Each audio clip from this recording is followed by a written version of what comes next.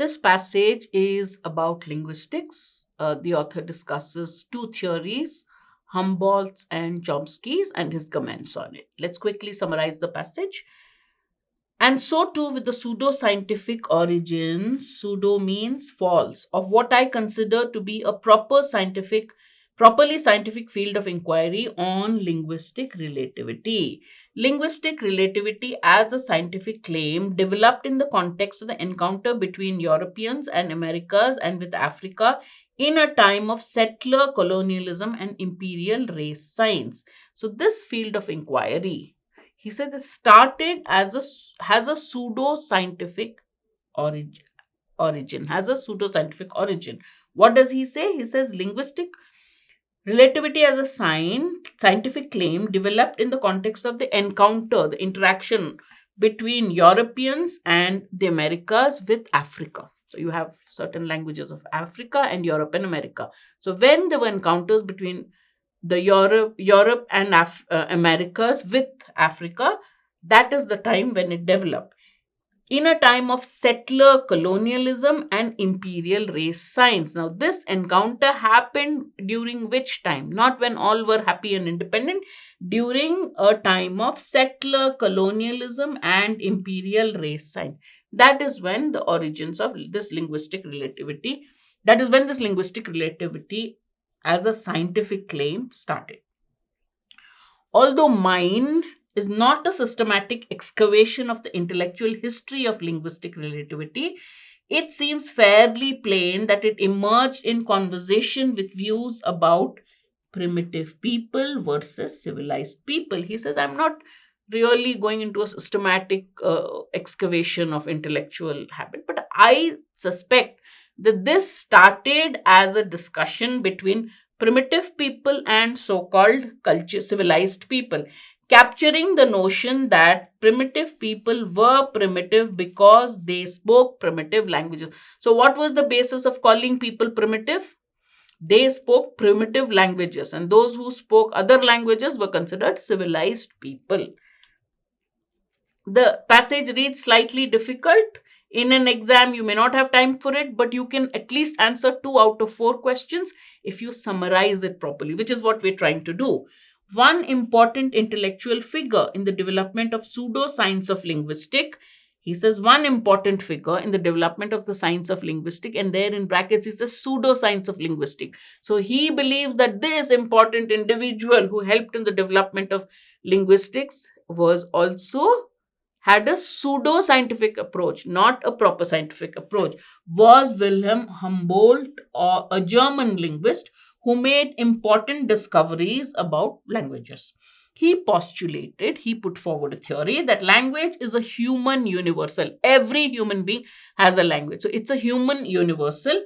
It is the organ that makes thought possible. It's the language that makes our thought possible. Reality exists outside our thoughts, but it's only through language that we are able to translate the world out there into thought.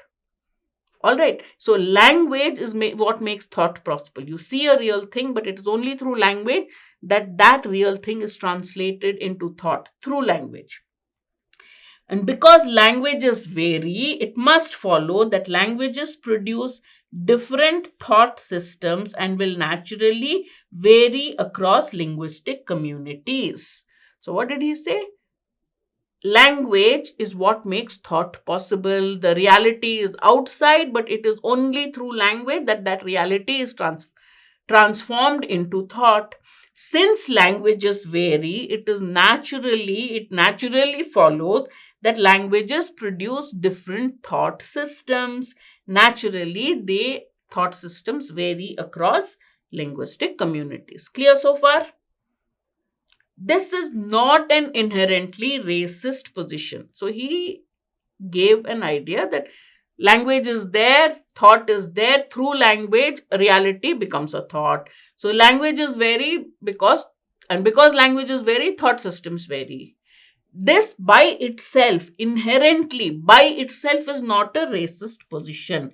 The idea that thought is only possible through language is straight Wittgenstein. But such a position is easily imported into a pseudo-scientific racial worldview as a way to justify a view of certain languages as inherently superior to others. Humboldt's theory by itself is not racist, but it could become racist. How? By interpreting it into a pseudo scientific racist worldview to justify a view. This theory could be used to justify the view that certain languages are superior to others, which is not according to the author. But Humboldt's view can be interpreted, can be manipulated to support the view that some languages are superior to others, better suited to scientific reasoning or logical exposition than others. That some languages are superior to others, better suited to scientific reasoning than others, better suited to logical exposition than others. Guess which languages were considered the best for logic and science? Obviously, European languages, American languages, the language of the Americas. It can also be used to justify the act of creating modern or civilized people by raising them with a modern or civilized language. Can be this Humboldt's theory can also be used to justify the act of creating modern civilized people through the use of modern or civilized language. It is not hard to see how linguistic relativity might be used to argue that an Anishinaabe child can be made into a proper Canadian by replacing their Ojibwe thoughts into English thoughts. You take a Native American, a Native Canadian, an Aborigine Canadian, an Aborigine, a native dweller of Canada, and you can argue that I can change him into a proper Canadian by replacing his native language into English, English thoughts. So that's a very racist way of looking at languages. This period in the intellectual history of linguistics and anthropology is endlessly fascinating. He says this period of the intellectual history of linguistics and anthropology is endlessly fascinating.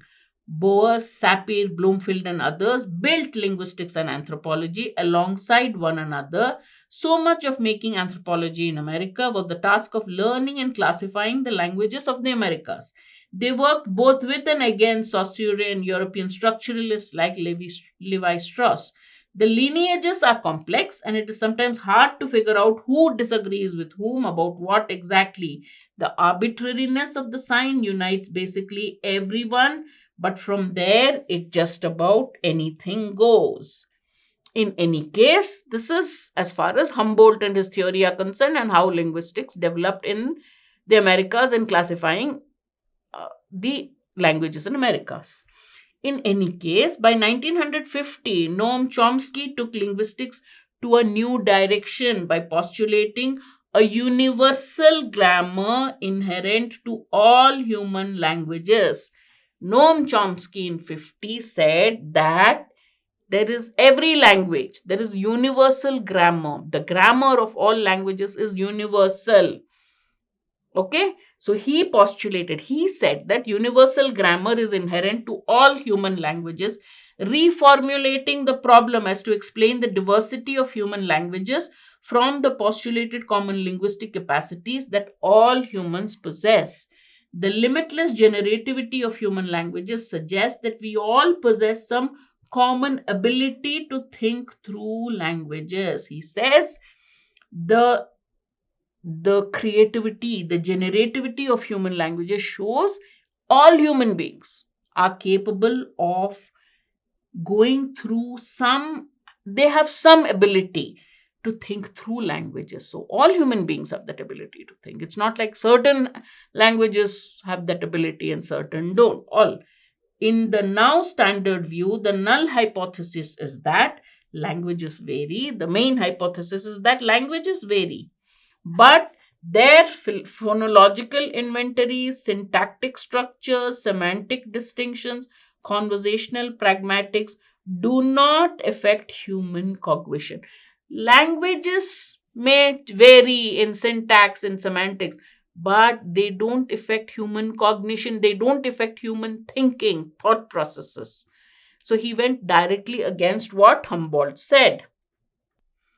Which of the following viewpoints is the author not unlikely to support? That means, which is he likely to support?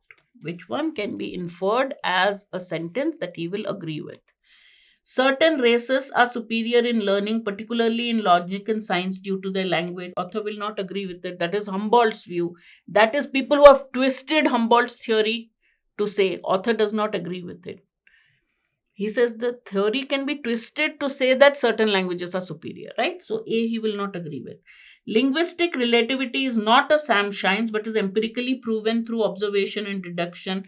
The author calls Humboldt's linguistic relativity as a pseudoscience.